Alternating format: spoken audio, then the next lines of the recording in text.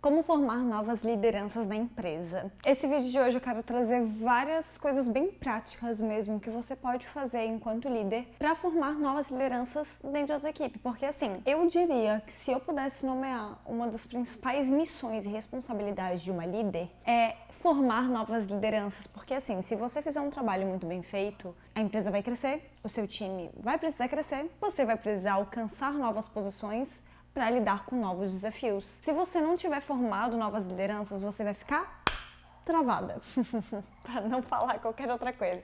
Você vai ficar travada. Você não vai conseguir crescer porque você não tem pessoas para te substituir e assim por diante. Tem muita pessoa que tem medo, né? Sente quase uma ameaça quando tem outras lideranças se destacando, mas não é uma ameaça, é na verdade um grande resultado, reflexo de um belíssimo trabalho que está sendo feito. Então vamos falar sobre isso. Se você ainda não me conhece, meu nome é Aline Decker, eu sou mentora de liderança para mulheres e desde 2020 eu produzo conteúdos gratuitamente em diversas redes sociais, como podcast, lá no Instagram, vídeos mais curtos, vídeos um pouco mais longos, e aqui no YouTube é um pouquinho menos de tempo, desde 2023, que eu produzo conteúdo aqui, mas toda semana sai um vídeo novo pra você, tá? Então vamos lá, como eu comentei antes, eu quero que esse vídeo ele seja muito prático, então eu vou trazer uma sequência de várias ações que podem ser feitas, começando primeiramente quando a gente olha pro pipeline da liderança. Inclusive existe um livro que se chama Pipeline da Liderança, que eu deixo aqui uma recomendação pra você. Não foi um livro que mudou muito a minha vida, mas foi um livro que me abriu, expandiu para as perspectivas que existem, especialmente quando a gente olha para a carreira de liderança. É muito importante nós líderes aqui, nós que estamos aqui conversando, eu e você, a gente ter em mente que existem dois tipos de carreira nas empresas. Pode ser que na empresa que você tem hoje ou na empresa que você trabalha hoje só tenha um tipo, mas existem dois no mercado hoje, que é a carreira em I e a carreira em Y. Eu recomendo as empresas terem carreira em Y, especialmente quando já estão crescendo, quando a empresa está evoluindo um pouco mais, porque isso deixa de limitar as possibilidades para o colaborador e você tende a ter uma retenção maior. Por que eu estou falando isso? Como é que seria uma carreira em I? A pessoa está lá no cargo de assistente, estagiária, assim por diante, dela vai para o analista, aí no analista pode ter júnior plenicênio, júnior 1, 2, 3, pleno 1, 2, 3, assim por diante, né? Depois desses cargos de analista, na carreira em I, o próximo caminho é assumir uma primeira posição de liderança. E aí nessa linha de raciocínio do cargo de assistente, você iria para um cargo de coordenação, e aí depois iria para o cargo de gerência, depois para um cargo de diretoria e, claro, dependendo da robustez da empresa, poderia ter, sei lá, a gerência geral, a gerência regional, gerente júnior, gerente pleno, enfim, quando a empresa ela é extremamente robusta, é comum ter níveis de senioridade dentro dos cargos de liderança também. Mas não é o caso aqui que eu quero comentar, quero simplificar essa carreira aqui, né? Então essa seria a carreira em I, onde a única forma de um colaborador ele tem para crescer é se tornando líder dentro da empresa. Já a carreira em Y, ela me dá a possibilidade da pessoa ir para o cargo de liderança, mas ela me dá um outro cenário, me dá um outro caminho, que é, ao invés de a única maneira na empresa de crescer, ser bem remunerada e assim por diante é ir para o cargo de liderança, eu posso ganhar tão bem quanto uma pessoa que está numa posição de liderança, porém num cargo mais técnico, ou seja, num cargo de especialista. E aí, geralmente, como funciona? Eu tenho aqui a perninha do Y, né, que nesse caso seria assistentes, estagiários, assim por diante, auxiliares. Aí depois eu venho para a faixa de analistas. E aí quando eu iria para o cargo de coordenação ou supervisão, né, que depende da empresa, eu vou para o outro caminho, que seria um especialista 1, por exemplo. E geralmente a boa prática é que quando a pessoa está no mesmo nível, no sentido de especialista 1 e coordenação, por exemplo, elas teriam que ganhar um salário dentro da mesma faixa, porque elas estão correspondendo a uma mesma faixa de responsabilidades e assim por diante. A diferença é que essa pessoa, ela é muito mais técnica, ela vai se tornando cada vez mais especialista naquilo que ela faz e continua no operacional, via de regra, enquanto essa daqui, ela passa a ter que adquirir habilidades de gestão de pessoas, de liderança, vai ter que contratar, vai ter que demitir, assim por diante. Geralmente a especialista ela acaba prestando apoio para a gestão, né, para a liderança que está no mesmo nível que ela. E aí vamos supor que eu tenho aqui um especialista 2 e a tendência é que esse especialista 2 ele tenha uma mesma faixa salarial que o gerente. Não é ganhar a mesma coisa, porque vai depender de cargo, vai depender de um monte de fatores, mas é estar dentro da mesma faixa e assim por diante. Quando a gente tem a carreira em Y dentro da empresa, a gente dá oportunidade para as pessoas que não têm vontade de ser líderes de não ser. mas também ser tão bem sucedido quanto. E isso liberta, porque tem gente que realmente não gosta de lidar com pessoas, não gosta de pensar na ideia de ser líder, só que como não tem outra alternativa, acaba tendo que ser líder, e aí isso pode gerar algumas consequências, né? Da pessoa, ela tá fazendo algo que ela não gosta, isso reverberar pro time, não gerar resultado, se sobrecarregar, começar a fazer algo que ela detesta porque ela gosta muito de fazer atividade individual e assim por diante. Então, primeiro, dar clareza sobre isso para a equipe, sobre as possibilidades de crescimento que existem na empresa, já é o primeiro passo para você começar a formar novas lideranças. Aí a gente entra para o segundo tópico, que é quando eu deveria ter uma liderança abaixo de mim? Quando eu deveria começar a formar novas lideranças? O que essas 2 pizzas que eu pedi no final de semana têm a ver com a sua liderança? Provavelmente você já ouviu falar na teoria do Two Pizzas Team, ou times de 2 pizzas. Pelas minhas pesquisas, essa teoria foi criada ou foi difundida pelo Bezos, né, lá pela Amazon. E qual que é a grande tese? 2 pizzas precisam ser suficientes para alimentar um time. Porque geralmente, né, uma pizza grande, ela vem em cerca de 8 fatias, então cada pessoa come 2 fatias e esse time fica alimentado. Essa tese não é pela alimentação do time, mas sim porque, segundo a teoria, times menores incentivam a colaboração, incentiva esse senso de time onde uma pessoa ajuda a outra, erros acabam sendo diminuídos justamente por essa colaboração entre os times, e a líder tem condições de liderar esse time de uma maneira humana mesmo. E dessa maneira, independentemente do quanto essa empresa cresça, esse time ele continua sendo assistido, porque tem uma liderança que vai estar próxima. Claro que apenas contar com 2 pizzas não é suficiente para você ter uma liderança autêntica. Você precisa de comportamentos, técnicas, muito autoconhecimento para fazer isso acontecer. Obviamente que a regra do Two Pizzas Teams não é sobre alimentar as pessoas, mas sim de ser o número ideal de que eu consigo prestar uma liderança para as pessoas mesmo, que eu não vou deixar essas pessoas abandonadas, eu não vou deixar de olhar para elas, olhar para o desenvolvimento, olhar para dar feedback e assim por diante. Porque quando você começa a ter mais do que 8 pessoas na tua equipe, provavelmente você vai começar a deixar furos, você vai deixar a desejar a tua habilidade de gestão e liderança de pessoas, ou seja, recomendado que a partir de 9 pessoas na equipe você já comece a ter uma liderança. Aí, claro, você vai ter que pensar em estrutura, quem essa pessoa vai liderar, como é que você vai subdividir o seu time e assim por diante. Isso é um papo para quem sabe um outro vídeo que a gente pode falar mais sobre organograma e assim por diante, tá? Mas esse é um primeiro tópico que eu preciso que você entenda a respeito de qual que é o limite que uma liderança consegue gerenciar um time de uma maneira bem feita, tá? Isso não é uma regra fechada, mas eu considero muito bem uma boa prática. O máximo de pessoas que eu já liderei na minha equipe foram 12 e é muito desafiador. Eu já tive amigos que lideraram 17 pessoas, inclusive eu tenho alunas hoje que estão passando justamente por esse desafio de liderar 26 pessoas dentro de uma equipe. É quase que humanamente impossível ela conseguir fazer as conversas individuais do jeito que precisa ser feito, conseguir aplicar os feedbacks, observar tudo o que está acontecendo e assim por diante. Então a tendência é que essa pessoa, quando ela lidera muita gente e não tem outras lideranças para olhar mais de perto dentro da equipe, a tendência é que comecem a surgir problemas de relacionamento, problemas de cultura e assim por diante. E você ter pessoas que poderiam estar sendo desenvolvidas de uma maneira mais rápida, mas não estão porque estão travadas, porque você não está conseguindo dar assistência suficiente para elas, tá? Então, diante disso, essas práticas que eu vou trazer aqui para você, elas são práticas que você vai poder ir executando formiguinha mesmo. Você não vai precisar simplesmente, agora eu vou ter que parar para aplicar. Não, no dia a dia, conforme você for aplicando essas práticas que eu vou trazer aqui, você já vai ir formando novas lideranças na tua equipe aos pouquinhos. O primeiro passo que eu recomendo que você faça é começar a mapear quem são as pessoas da tua equipe que gostariam de ocupar um cargo de liderança. Eu acredito que a única habilidade que para mim transforma uma pessoa em líder nato é a vontade de ser líder. Não tem esse papo de, a pessoa é líder nata porque ela se comunica de tal jeito. Porque, cara, beleza, sim, tem pessoas que têm uma facilidade, que vão ajudar ela no dia a dia da liderança, mas, cara, a habilidade que unifica qualquer pessoa que realmente tem um potencial muito grande de ser uma líder incrível e foda, é a habilidade de querer. É querer muito ser líder. Conversa individualmente, pergunta quais são os objetivos de carreira, como que ela se vê daqui a alguns anos e tal, e vai entendendo quem são as pessoas que gostariam de ocupar um cargo de liderança. Anote isso e registre isso em algum lugar para você saber, ter clareza, né, de quem são as pessoas que gostariam.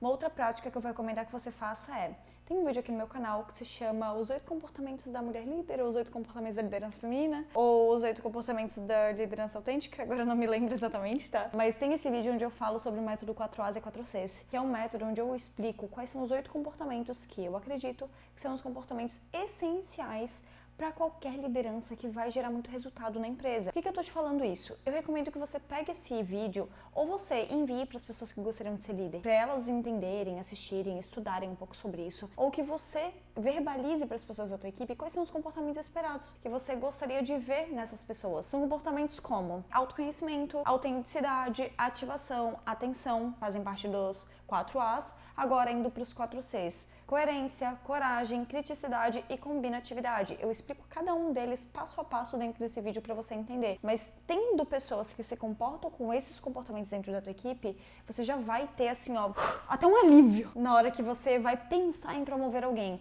Porque esses comportamentos, para mim, eles são comportamentos de quem quer ser líder, eles até aceleram a promoção das pessoas quando elas acabam se comportando desse jeito. E o segundo parâmetro, que é o comportamento de quem é líder mesmo. Para mim, é obrigatório viver esses comportamentos no dia a dia, tá bem? Agora eu quero te falar de um método que se chama liderança situacional. Eu vou ser bem breve nele, porque ele é bem aprofundado, mas eu quero te dar uma visão de como que você tem que liderar as pessoas da tua equipe em cada situação que elas se encontram, de maneira em que a consequência de você liderando desse jeito as pessoas, que elas se tornem completamente autônomas. Isso vai diminuir o teu tempo de ficar em cima das pessoas ali, sabe, tendo que validar e tudo mais, porque essas pessoas terão autonomia, e por outro lado, você vai ter muito mais tempo de dedicar para desenvolver realmente as pessoas, para se dedicar para aquilo que é importante, porque as pessoas estão fazendo aquilo que tem que ser feito. Aqui dentro dessa matriz, como que funciona, tá? Eu tenho o lado do S1 e S2 e eu tenho o lado do S3 e o S4. No lado do S1 e S2, eu tenho um jeito de liderar essas pessoas, e no lado do S3 e S4 eu tenho uma outra maneira de liderar. O que é o S1? O S1 é aquela pessoa que ou ela está ocupando uma posição pela primeira vez, então ela não tem todas as habilidades necessárias para fazer essa determinada tarefa, ou ela está entrando nova na empresa, então às vezes ela tem bastante experiências, mas nessa empresa ou nessa equipe ela não tem tanta habilidade assim. Eu vou dar um exemplo meu. Quando eu fui promovida a líder, eu era copywriter naquela época. Como copywriter, eu estava ali entre S3 e S4. Eu tinha uma autonomia bem grande, assim, eu já dominava o que eu tinha que fazer, já estabelecia minhas próprias metas e assim por diante. Só que como líder eu era S1. E aí, dentro desse cenário, dentro dessa habilidade, né, de S1, e inclusive, gente, essa é a situação, ou seja, neste momento, eu não sou o S1, eu estou no S1, é uma situação nesse momento. Diante desse cenário, eu preciso de muito mais direcionamento para onde eu vou, o que precisa ser feito, eu preciso receber isso mastigadinho. Pensa numa pessoa que acabou de entrar numa equipe, eu penso numa pessoa que acabou de ser promovida. Na maior parte dos casos, quando ela está tendo um novo desafio, ela precisa de direcionamento do que é esperado dela. Então ela tem que ter esse tipo de direcionamento. Quando ela é bem direcionada e ela já vai entendendo o que é esperado dela, o que deve ser feito e assim por diante, ela avança e vai pro S2. O S2 a gente já começa a ter um estilo de liderança um pouquinho híbrido, que é eu dou direcionamento, mas eu também começo a prestar um pouquinho de apoio. Mas eu ainda dou muito direcionamento, porque essa pessoa ela já tem um pouco mais de autonomia, ela entende um pouco mais do que ela está fazendo, só que ela ainda corre o risco de fazer algumas cagadinhas. Por quê? Ela tem pouco tempo naquilo, ou ela ainda não tem todas as habilidades necessárias e assim por diante. O importante é que ir do S1 para o S2 ou ir do S2 para o S3 não tem um tempo específico. De uma semana pulou para outro. Não tem. Vai depender do conjunto de comportamentos que essa pessoa está tendo. Às vezes você pode ter hoje na sua equipe uma pessoa que está 3 anos trabalhando com você que ainda se comporta como se fosse um S2. O tempo todo validando, o tempo todo pedindo opinião, o tempo todo, sabe? Então você ainda tem uma pessoa que pode estar se comportando como S2 e a responsabilidade é sua. É um erro seu que tá fazendo com que a pessoa continue se comportando assim, tá? E aí, beleza, você foi lá, você continua dando direcionamento pra essa pessoa que tá no S2, porque ela já entende, tem algumas coisas que ela já faz com autonomia, outras ela ainda não tem tanto senso crítico, não tem tanta habilidade pra decidir, então você decide por ela. Se você fizer um bom trabalho aqui, dando mais direcionamento, mas ao mesmo tempo dando espaço pra ela executar aquilo que ela tem autonomia, a tendência é que ela vá pra situação 3. Na situação 3, ela já tá assim, numa vibe de que, eu já sei o que eu tenho pra fazer, eu já entendo o que eu faço. Para algumas coisas coisas, talvez eu precise de apoio para resolver alguns desafios, talvez eu precise de ajuda e tal. E aí esse é o momento onde o teu jeito de liderar muda radicalmente. Ao invés de você ser a pessoa que dá todo o direcionamento, você começa a ser a pessoa que presta algum tipo de apoio. Você faz perguntas, você pergunta para a pessoa, o que você acredita que pode ser feito? Tá, tem esse desafio. E aí, qual que é a sua visão sobre isso? Você já pensou no que pode ser feito? Qual que é a tua sugestão? Qual que é a tua alternativa? E aí você vai perguntando para que essa pessoa ela vai estimulando o senso crítico dela, vai começando a exercitar a habilidade de buscar resposta sozinha, porque essa vai ser a única maneira para ela se tornar um S4. Então você vai prestando mais apoio. Aqui é o momento onde de vez em quando você pode tomar algumas decisões por ela, mas é muito mais você tomar junto as decisões. E aí, quando você faz um bom trabalho aqui, essa pessoa ela tende a evoluir para o S4. O S4 é aquela pessoa que, você praticamente não tem que nem falar com ela sobre aquilo que tem que fazer. Assim, ela já chega de manhã, já sabe a rotina dela, já sabe o que tem que ser feito e assim por diante. Importante, gente, como eu comentei antes, você vai ter diferentes jeitos de lidar com uma mesma pessoa, porque determinada tarefa que ela está executando, ela é S4. Mas se você acabou de delegar uma tarefa nova, provavelmente você vai ter que ser um S1 e aí ir acompanhando essa pessoa para que nessa tarefa que você acabou de delegar, ela se torne um S2, depois um S3 e um S4 e assim por diante. E de novo, gente, preciso repetir isso. Isso é situacional. E por que eu falei da liderança situacional aqui para você no sentido de formar novas lideranças? Justamente pelo fato de que toda vez que você vai dando cada vez mais autonomia para as pessoas da tua equipe, você vai ter dois cenários. Primeiro, você vai fazer com que as pessoas comecem a pensar nas soluções dos problemas, o que é uma habilidade grandíssima de uma liderança. E segundo, você precisa ficar menos tempo gerenciando essa pessoa, ficar cobrando ela, ficar no dia a dia em cima dela e assim por diante. Importante falar isso, tá? O que acontece quando você tem uma pessoa com... Cara, já poderia ser um S3 e um S4, mas você continua dando todo o direcionamento, continua microgerenciando, não dá liberdade para a pessoa pensar, não faz perguntas, não deixa ela encontrar as respostas, você dá todas as respostas para ela. O que acaba acontecendo? Você infantiliza essa pessoa, ou seja, ela começa a assumir um comportamento do tipo assim, pra não ficar tomando pancada na cabeça, eu vou ficar validando, porque toda vez que eu faço algo com autonomia, quando eu tomo decisões por mim mesma, depois eu recebo um feedback, ou depois vem falar pra mim que não ficou bom, que tinha que ser feito diferente, assim por diante. Então, se você quer um trabalho bem feito, primeiro, você tem que delegar direito. Segundo, se você quer um time autônomo, você tem que dar autonomia para as pessoas. Só que para você dar autonomia, você vai acompanhando ela até ela ter condições de ter autonomia. Fez sentido? Então, isso vai ajudando aí, formando essas habilidades de liderança também para essas pessoas da equipe, tá? Falei sobre vários tópicos, né? Agora vamos para mais uma ferramenta que eu recomendo que você utilize. Vai entrar uma nova pessoa na tua equipe? Eu recomendo que você pegue um colaborador da tua equipe, uma pessoa que ainda não é líder, nada, mas de preferência uma daquelas pessoas que falou que gostaria de ser. Mas também não restringiria só essa pessoa, tá? Até porque uma pessoa que quer ir para uma carreira em Y, ou seja, uma carreira de especialista, essa pessoa também vai ter que treinar outras pessoas, acompanhar assim por diante. A menos que você trabalhe dentro do seu casulo completamente fechado, você vai ter que continuar lidando com pessoas, tá? Então isso é importante falar. Mas o que eu recomendo? Tá entrando uma pessoa nova na tua equipe. Vamos supor que você tem uma designer trabalhando com você. E aí vai entrar um novo designer no time.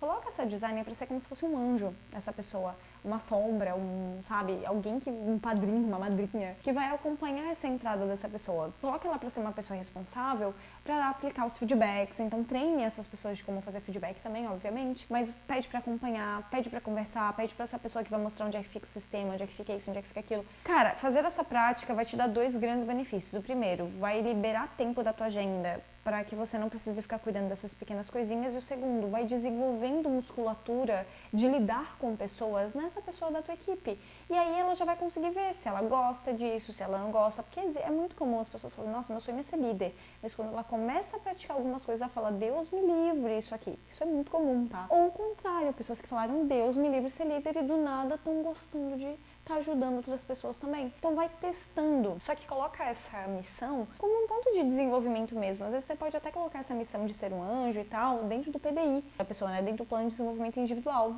E aí é muito legal porque vão ter muitas habilidades que vêm, né? Habilidade de aplicar feedback, habilidade de se comunicar, habilidade de acabar lidando com pessoas e assim por diante. Então tem um conjunto de habilidades muito legais que essa pessoa ela pode desenvolver quando ela acaba sendo o anjo de outra pessoa. E por fim, a prática mais poderosa de todas, porque essa você consegue treinar o teu time o tempo todo, a qualquer momento, é fazer perguntas. Então, ao invés de dar todas as respostas, pede para o seu time, o que você faria? Se você estivesse no meu lugar, qual que é a tua sugestão?